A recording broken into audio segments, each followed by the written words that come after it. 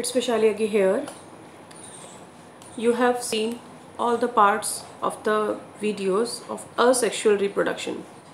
So today we are discussing the questions of reproduction. First of all, I am discussing the blue questions given in the book. That means in text question. First question है, what is the importance of DNA copying in the reproduction? Reproduction में DNA की copy का क्या importance है? ठीक है. First point है इसका, it is responsible for transmission of parental characteristics to the offspring. जो पेरेंट्स के कैरेक्टरिस्टिक्स हैं वो उनके ऑफस्प्रिंग में ट्रांसमिट मीन्स ट्रांसफ़र होने के लिए कौन रिस्पॉन्सिबल है? डीएनए.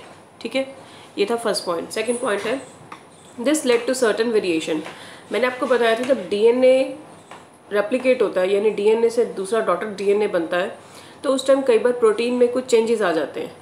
उन प्रोटीन में चेंजेस आने से वेरिएशंस आ जाती हैं. तो this led to certain variations which are useful for evolution of species. तो धीरे धीरे जब ज़्यादा जनरेशंस ओवर जनरेशंस यही अगर चलती रहेंगी तो वो क्या होता है, एक नई स्पीशीज बन सकती है उससे. ठीक है, दोबारा क्लियर कर दूं मैं.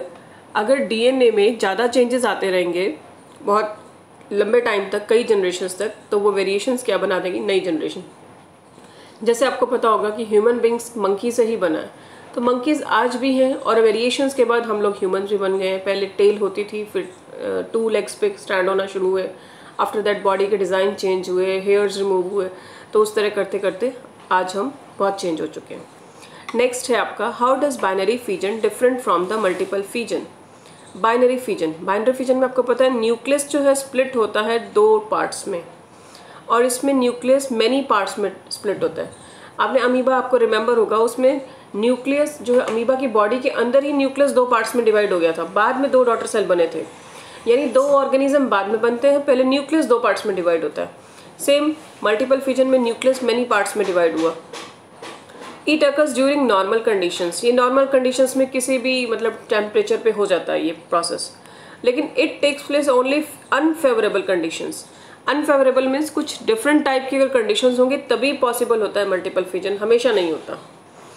It give rise to 2 individuals. अब 2 अगर स्प्लिट हुए थे न्यूक्लियस तो 2 ही इंडिविजुअल 2 ऑर्गेनिजम्स बने, और इसमें कई ऑर्गेनिजम्स बनते हैं. इसका एग्जाम्पल अमीबा और इसका example plasmodium. Right. Next question, why is the variation beneficial to the species but not necessary for individuals. जो वेरिएशन है वो किसी स्पीशीज के लिए तो बेनिफिशियल है. स्पीशीज जैसे मैंने आपको बताया कि मंकी से ह्यूमंस बने, वो एक नई स्पीशीज बन गई. ठीक है, but not necessarily for individuals. लेकिन हर एक इंडिविजुअल के लिए जरूरी नहीं है वेरिएशन आना कि आपके पेरेंट्स में ये चीज़ हो तो आप में भी उससे कुछ डिफरेंट हो, ऐसा जरूरी नहीं है. It is not necessary for a single individual. ये क्वेश्चन है.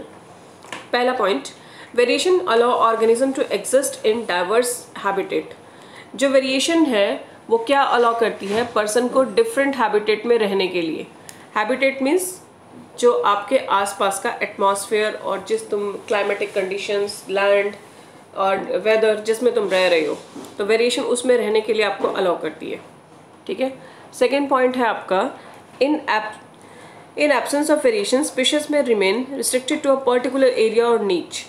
अब मैंने आपको एक एग्जांपल दिया था लास्ट टाइम कि अगर बैक्टीरिया यहाँ से किसी कोल्ड प्लेस पे चला गया जहाँ पर बहुत आइस होती है, तो वहाँ पे टेम्परेचर चेंज के कारण मान लो सारे बैक्टीरिया मर गए. अगर किसी भी बैक्टीरिया में थोड़ी बहुत वेरिएशन होगी तो वो वहाँ जाके सर्वाइव कर जाएगा, नहीं तो सब मर जाएंगे. तो यही बात बोली है, अगर वेरिएशन नहीं होगी तो सारी स्पीशीज पर्टिकुलर एरिया तक रह जाएगी, दूसरे एरिया में शिफ्ट होके वो नहीं सर्वाइव कर पाएंगे. ओके. इन दिस नीच और एरिया, नीच मीन्स उसकी एडेप्टेशन जितनी भी हैं एक ऑर्गेनिज्म की, नीच और एरिया गेट ड्रास्टिकली अल्टर्ड. अगर उसका नीच या एरिया चेंज हो गया तो पॉपुलेशन वाइप आउट हो सकती है. मैंने आपको बताया अगर बैक्टीरिया सारे शिफ्ट हो गए और वो सारे वहाँ पर सर्वाइव नहीं कर पा रहे तो इट मीन सारी पॉपुलेशन ही उनकी खत्म होगी. लेकिन अगर किसी के प्रोटीन्स में थोड़ी बहुत ऑल्टरेशन होगी, कुछ वेरिएशंस होंगी, तो शायद वो जिंदा रह जाए, तो उनकी पॉपुलेशन को तो बचा लेगा और वहाँ पर जाकर वो रिप्रोड्यूस करना स्टार्ट कर देगा. Right. Last point, if some variations would be present in few individual of the population. अगर 1 लाख में से अगर 10 में भी वो वाली वेरिएशंस होंगी तो वहाँ पे उनके सर्वाइवल के चांसेस बढ़ जाएंगे. ठीक है. तो यह मैंने 4 पॉइंट्स में इसको लिखा हुआ है, इसको अच्छे से लर्न कर लेना. If some variations would be present in, अगर कुछ में भी होगी पॉपुलेशन में वेरिएशंस, तो वेरिएशंस कंटिन्यू होते हुए उनके चांसेस सर्वाइवल के बढ़ जाएंगे और वो उस पॉपुलेशन में भी रिप्रोड्यूस करना स्टार्ट कर देंगे. राइट. तो ये पहले 3 क्वेश्चन.